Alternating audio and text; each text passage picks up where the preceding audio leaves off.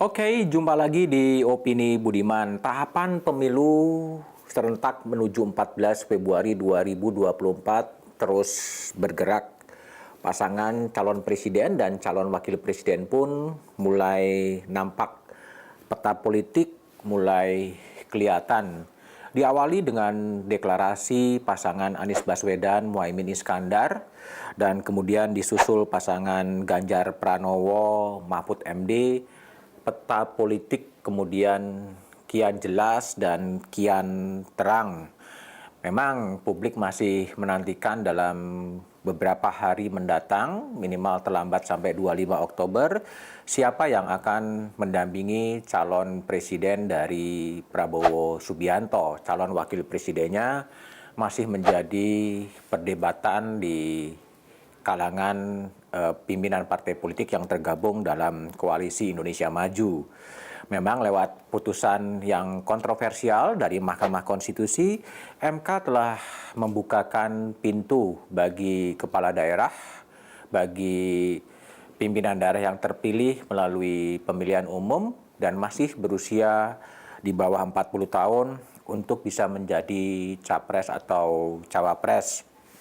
Pasal itu memang dianggap dikonstruksikan untuk membukakan pintu bagi Wali Kota Solo Gibran Rakabuming Raka yang juga adalah putra sulung dari Presiden Jokowi untuk maju dalam kontestasi pemilu presiden 2024. Rencana majunya Gibran betul-betul perlu jadi pertimbangan, apakah akan maju atau memikirkan kembali, dan itu terserah kepada Gibran, terserah kepada Presiden Jokowi, karena itu hak dari setiap warga negara, juga musyawarah mufakat dari pimpinan partai politik yang tergabung di Koalisi Indonesia Maju, apakah atau siapakah yang akan mendampingi Prabowo Subianto di kontestasi Pilpres di 14 Februari 2024. Katakanlah Gibran tidak jadi maju, tentunya ini akan mendapatkan apresiasi dari publik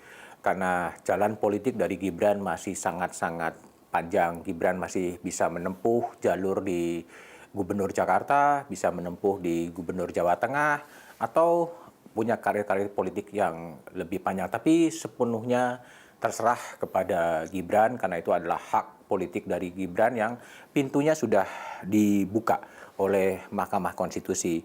Terlepas dari persaingan siapa yang akan menjadi bakal calon wakil presiden dari Prabowo Subianto, tahapan-tahapan pemilu yang sudah berjalan itu patut diapresiasi.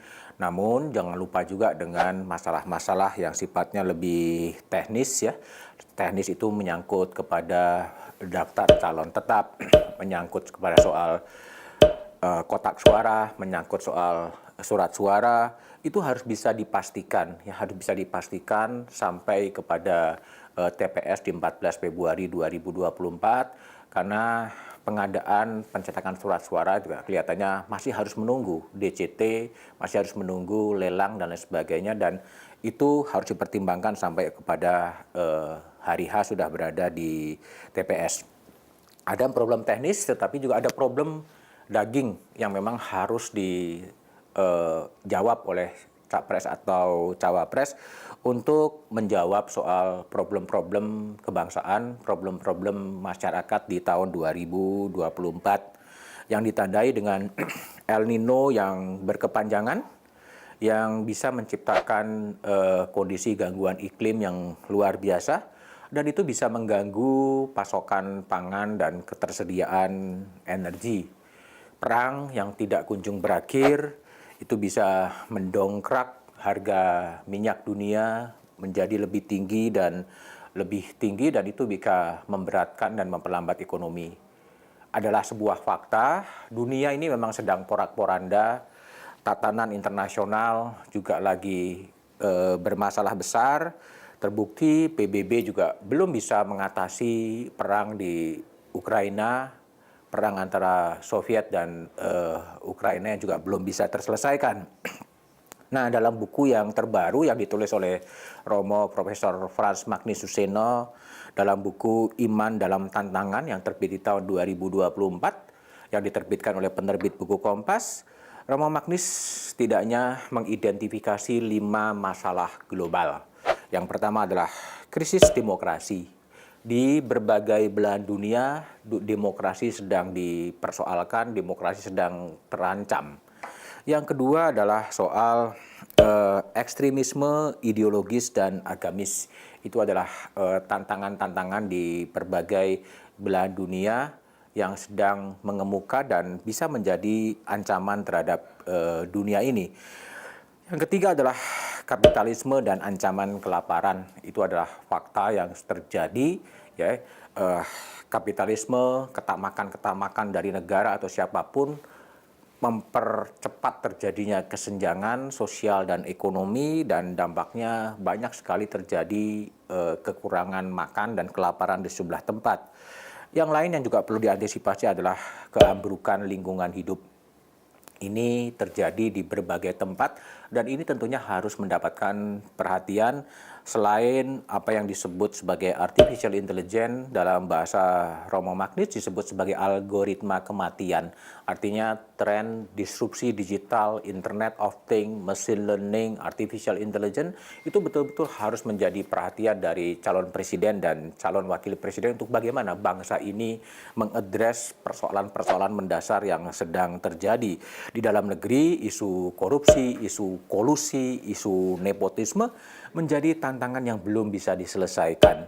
Kerusakan lingkungan hidup sudah berada di depan mata, kesenjangan sosial juga masih masalah besar. Sementara kita juga harus menyadari di mana kita posisi berada. Tingkat pendidikan kita relatif masih rendah dengan IQ rata-rata 78, tingkat stunting masih cukup tinggi, 55% dari lapangan kerja adalah lulusan SMP. Lalu kemudian bagaimana kita akan masuk kepada sebuah revolusi teknologi, revolusi digital 4.0 atau 5.0.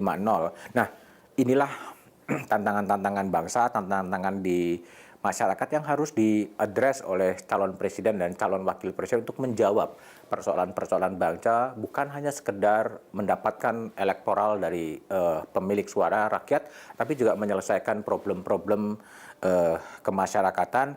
Ini semua untuk memenuhi janji dari kemerdekaan seperti yang pernah dikatakan oleh Presiden Soekarno waktu itu di pidatonya adalah di era kemerdekaan tidak ada lagi kemiskinan. Jumpa lagi di Opini Budiman edisi berikutnya.